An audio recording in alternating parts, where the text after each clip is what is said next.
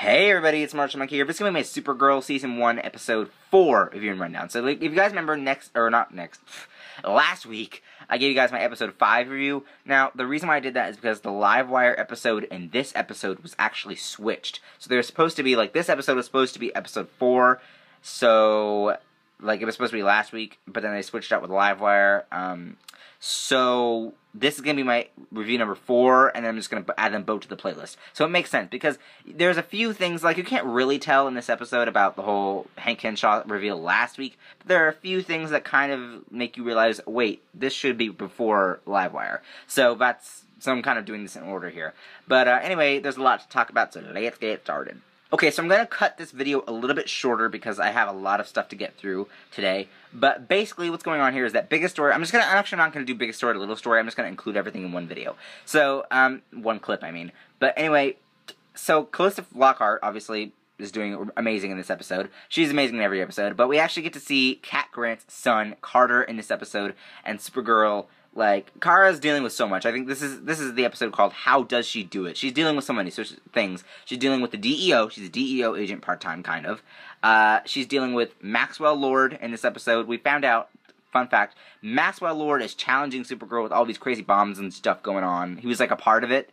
And so we kind of figured out that he's kind of like a villain. He's kind of like a human villain, so if that makes sense. He actually, killed Blue Beetle in the comics, so we have a bit of things to go on. Obviously, Blue Beetle's not going to be in the TV universe or the Supergirl universe anytime soon.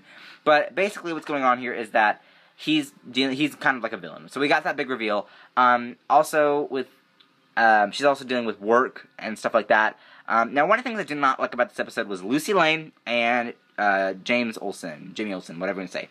I did not like them this episode because they were kind of annoying. They're getting on my nerves. Lucy gave a story, James gave a story, Kara was in the middle of it. It just got really crazy. It didn't fit with the episode in my mind. It was okay, we have bigger things going on. We don't have time to mess around with this relationship. And so at the end, they end up getting back together, which leads on to the Livewire episode when they leave to go to, Ohio or something like that. Whatever they said, I don't even remember. So I did not like that. Another thing that I can't even talk. I'm talking in Barry Allen form. Super speed. So another thing that happened in this episode was the bombs that were going off. Supergirl had to totally lift up the buildings. She had to stop the train. We got a little bit more of Hank Henshaw using his powers. Now, who do you think he is? Because at this point, everyone's saying, okay, he could either be Hank Henshaw with Kryptonian DNA or Martian Manhunter. Now, here's my thing. If he was a Kryptonian, why would his eyes randomly glow every 2 seconds? They don't do that. Superman's eyes only glow when he uses laser vision. Same for Supergirl. Same for the Super Family. So why would he glow his eyes and nothing happen? So either his Kryptonian DNA is half and half, and his eyes just glow or whatever, maybe something like that. Or he is Martian Manhunter posing as Hank Henshaw. But here's the thing: we don't have enough evidence to call him Martian Manhunter yet. Plus, I don't see Hank Henshaw's personality as John Jones. Remember John Jones in the... I can't even say that right. Martian Manhunter in the comics has a very... in even Justice League, the show as well, the animated series, he has a very proper personality. He doesn't really... He's not like Hank Henshaw, in this show. He's not like that. So what I think is that he's either doing a really, bang-up job being Hank Henshaw, or he's really Hank Henshaw and there's something else going on there. So I think that he is Hank Henshaw and there's something going on we don't know yet. So he stopped the delayed bomb, but I think Alex is going to be the one to initially find out, truly what's going on, but then, Hank Henshaw might, stop her, and Supergirl might not be able to know that, and then Supergirl and Hank go head-to-head or something like that.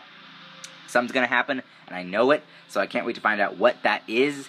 But I'm excited for that. Now, what else happened in this episode? I can't think of anything else. Like I said, there's some Carter stuff. Carter, can't even talk. Cat Grant's son with Supergirl, which I really liked. Wynn was really cool in this episode too. He is getting demolished by this whole Kara storyline. I really hope that maybe this will be his downfall. I think they're teasing this because Caitlin Snow on The Flash taking forever to become Killer Frost. We don't even know if she's gonna become Killer Frost. However, Toyman is Wynn's dad, so I think Wynn's dad might give up the legacy, and then what I think will happen is that the downfall of Kara rejecting Wynn maybe trigger his Toyman ways, maybe, I don't know. It might take a while, but I think that's what's going to happen. But I think I covered everything in this episode. I had to cut this video short because there's so much stuff else going on. Thanksgiving's this week.